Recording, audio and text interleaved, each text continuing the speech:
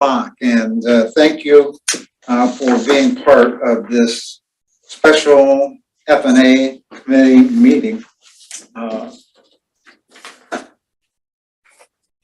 First off, are we in compliance with FOIA? Yes, sir, we are. Are we good to go on Zoom? Recording in Yes. progress. Yes, sir, we are. Should I start over? No, you're fine. Thank you. Please call the roll. Yes, sir. Mr. Ames? Am I as an alternate? You are involved. No. Are you not here as an alternate? I'm not FNS. Mr. Ames is the alternate, the other four. I'm sorry. Mr. Brown? I'm here. Mr. Harkins? I think I'm here. Mr. Stanford? I'm here. Mr. Lennox? I'm here also. Do we have an appearance by citizen? No, sir, we did not receive any verbal comments or any verbal sign up to speak today or any submitted comments. Is it too late to call them? We have one agenda item for this special meeting. And this is an agenda item that we have previously done annually. It involves rolling forward expenses that were unincurred in the previous fiscal year, rolling them forward to this fiscal year. John, you have a presentation. I do, and hopefully this will be brief and to the point. So our key issues today, we are requesting a budget amendment to carry items that were approved for the 22 budget but not spent, whether it was a project delay or a supply chain issue, to move forward from 22 unspent to 23, so that authority is spent and some of the projects have crossed June 30th, so they're on both sides of June 30th, and so we moved the budget forward to match the spending, and then we had a slight realignment of the budget to match up organizational changes. Our current budget, $119 million. Here's our four categories: general, debt service, capital projects, and utilities. And so this is what the council passed, and this is the budget that we're operating under today. What we're proposing is to add $435,000 to the general fund and to add $103,000 to the stormwater fund, to take our total budget from $119.5 million to $120.0 million. So that's our big picture presentation. Just a reminder, our general fund, we turn back to the fund balance at June 30th, $3.3 million. And so of that 3.3, we're proposing to spend $400,000 that wasn't able to be spent. And the 3.3 was last year's surplus. Last year's surplus. And an increase in the general fund reserve. Yes. So of that 3.3, we put 3.3 back into the bank. We say, well, we really would have liked to have spent this and still need to spend this. And so we're proposing to spend $400,000 of 3.3. Stormwater last year, all in, $5 million revenue, 4.7 in spending. Net is $360,000 to the good, and what we're proposing is just over $100,000, $103,000 in stormwater, that they had projects that extended beyond June 30th, and so they'd like to spend them in the new year. And the same exercise here, that 360, 828 as a result of last year was an increase in the stormwater reserve. Yes. And so the increase in stormwater budget is coming out of the reserve Yes. and is a portion of last year's increase. So part of the reason that we had a $360,000 increase in stormwater is they had some projects that didn't finish, and so they would like to finish them in this year. And Well, why did the money go into reserve if it was just going to be rolled forward? By definition, the authority the town council gives to Mark as town manager is a budgetary fiscal year, and so that expires on June 30th. Right. And so then if we want to do something in the new year, then we need that supplemental authorization from town council. and when the stormwater financial statements are done effective the year end, June 30th, by definition, revenues minus expenses equals equity or net reserve. And so by definition, that 360 has to go or finds itself falling into the reserve account. Because it has to go to zero. No, because it's product, or it's the difference between gross revenues, total expenses. What's left is 360. We didn't spend everything we budgeted to spend. As a result, it gets parked in a reserve. Now it's being pulled out to spend on the projects we had anticipated doing in 22. Yes, and so we can't do that without permission. Right. Right, so the vote we had to endorse this activity last fiscal year disappears, and we're renewing our position Yes. of support To going forward. allow. But we're not approving anything new. Right, and that's, I think, the key point, not approving anything new, but just to allow these to be finished as was anticipated in last year's budget. Right. How does this compare? And I thought this was a good question from Mr. Stanford this morning. It's like, well, how much do we usually carry forward? And you can see this is orange is stormwater, blue is general fund for the last several years. And so we try to keep these requests minimal, but we need them. And so here's the amounts. So it's reasonable and not as big as some of the past years. COVID. Yes. Capital projects, here's our 45,671,000 that's there in the different categories. I was sure, because I think Jennifer has much better descriptions than I would ever do. So I would lead you to our website, Hilton and Island sc.gov CIP. And there's a lot of description about all these projects and the status, and I would encourage you all to go there for the authoritative descriptions of how these all, but from a budgetary perspective, $45 million. And we had another question is, in the materials, it wasn't made clear, and I'm trying to make it a little bit more clear. When we built the budget, there was an expectation that there would be $22 million that would be unfinished projects. And it was built into the budget, and $23 million in new projects to make a total of $45 million. And that's what town council had adopted in May and June, $45 million. And when it turned out, what happened is our expectations were a little different than what the actuals were. And you'll see coming in, but that's part of it. And so our CIP is going to keep the same total. Jennifer, historically, how much can you build a year in terms of Historically, dollars? the town, before Hurricane Matthew was building around $12 million a year. Some years a little higher, some years a little lower. So if you look at that 45, that's 3 years or more projects. Right. And so we're going to be back to this table every year because she can't eat into that enough to decrease it. Jennifer, if you were to hypothesize, is that because we don't have the construction capability on the island, or we don't have the personnel to manage the projects? It's a little bit of both of those, plus availability of materials, availability of consultants, supply chain issues. It's been a little bit of all of those things.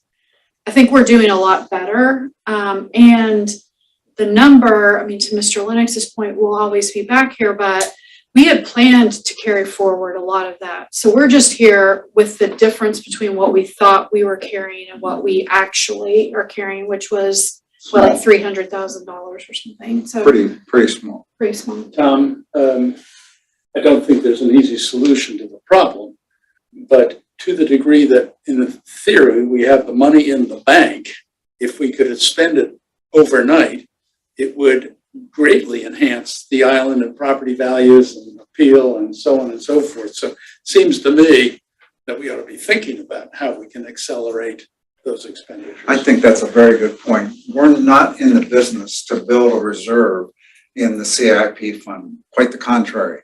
That reserve is a result of not being able to get to the construction for all the reasons Jennifer talks about.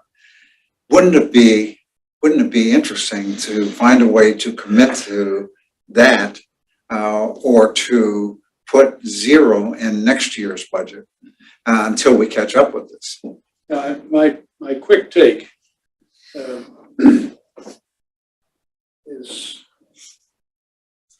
is there a possibility of hiring an outside contractor who has the capacity to build the kind of projects that we need to build and turn over that 23 million to that person with a deadline? Or do we not have the capability internally to create the plans for that to happen?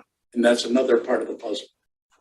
I think it's more physical construction probably than planning or project management. We're doing a lot of the planning right now through consultants. There's very, very little planning going on in-house. So our team is mostly managing consultants and contractors. But the past several bids that we've put out, we've had one bidder. Like we have one contractor that will do. Joe Nix is the only one, like he does everything for us. And so if we have him working on 2 or 3 projects, plus anything else he has, he's tapped out. So What's his average project total? What's the size of a project that he bids on normally for the town? the past 2 are in the $150,000 to $200,000 range, but the Shelter Cove connectivity project was a couple $1 million, so then he's tapping out his, getting on the higher end of his bonding capacity. I can understand why a lot of contractors probably aren't going to think it's worthwhile to bid on a $150,000 project.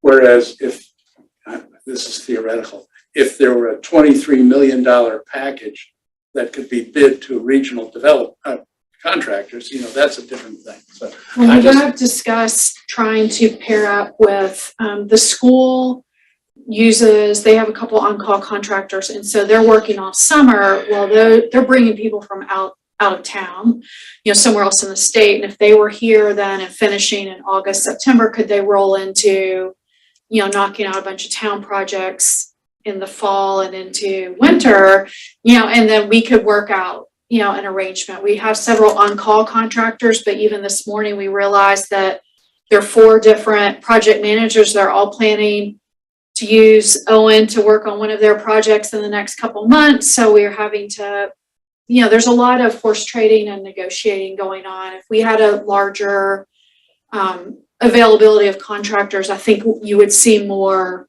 happening in the ground. Well, I buy into what David is saying, and that is, we've got the money there. We have the need for these. Let's find a way to get it done. Or I could look at it in a totally different way. Why are we adopting a budget of $22 million in a year if we know dang good and well we're not going to be able to spend it? It's an artificial exercise, unless it is showing that we are allocating funds towards particular projects. Yes, that's right. We know we're going to spend it. We just don't know when. And what happens once this occurs, as you recall, this CIP budget goes through Planning Commission and back to you, and you prioritize. You may change how you feel about these project priorities year over year. And what's going to hit this sheet big time is Mid-Island Track. Oh, yeah. In the future, you may want to not bring in another contractor, but bring in 2 or 3 construction management firms. And their job is to bring all the pieces together, do value engineering, and make sure the project comes in on time and on budget. And if you were dealing with one project that's 20, 25, 30 million, all your investors would require that you bring in a construction management firm. So in the future, you may want to just bring in 2 or 3 construction firms and make a statement of the problem. What could you do to help? It's a good problem to have. Excuse me. No, I'm just curious. Does our procurement, not just process, but requirements line up with these concepts, ideas that we're throwing against the wall right now? I guess that's my question to staff. We would have to be careful in particular about how we asked. And so that would take some legal help. You talking about the bidding process? How do we ask? How do we Yeah. put it out there for bid? And how do we put it out there for proposals? And ensure that we're getting the best price that the town should be getting. I think it's a discussion that we need to continue to have. When you relate this to Hurricane Matthew, we had people from all over the country coming here to help us clean up, right? And not that we are at magnitude, but I think we're similar as far as the need of getting projects done more expeditiously, and our staff can only run on a certain amount of horsepower. So us getting into that business a different way, it's gonna take us changing the way that we think about it and the way we execute. So I think it's something we need to discuss further. We need to catch all these guys down in Fort Myers as they head north. Yeah, right. I just think it's really important to realize the benefit of having all those improvements in place for the community spirit, for the brand, for all property values. I mean, so I think it really makes sense to accelerate to the extent that we can. We're paying a price for this. Well, as you go forward in the upcoming budget in March, April, May of next year, this is the only question you have to ask yourself. General fund is pretty fixed. That's the cost to operate the town. Debt service is fixed by contract. This is it. There's your budget. How much do you want to put in new projects? Yeah, and the priority, I mean, that's really the statement from town council is the priorities. We need to figure out how to get them on the street so that we can find out. And I think your idea about professional construction management firm, that should be one of the early tests there. Okay, John? Okay, moving right along. So our proposed amendment, $400,000 to the general fund, $100,000 to stormwater for 538. Gives us a proposed total of 120 million, and just from a pie chart, it's a relatively minor compared to the rest of the budget. So we had a question: is this too big of an amendment? I hope it's not too big, and hope that the town council is comfortable with this much to carry forward. And so what we staff are asking is that we would ask your recommendation to town council on October the 18th for first reading for full council to consider this. So before us is a recommendation of this committee to approve the proposed ordinance number 2022-18, which amends fiscal year 23 budgets for the general, capital project, and stormwater utility funds as presented. So moved. Second. Any discussion or questions of John? If there are none, Krista, would you call the question, please? Yes, sir. Mr. Brown? Support. Mr. Harkins? Yes. Mr. Stanford? Yes. Mr. Lennox? Yes, Motion carries, sir. thank you. Any other business to come before the committee? None from staff, Mr. Chairman. Committee, Move for adjournment. second? Thank you. We stand adjourned. Great clarification on that. Okay.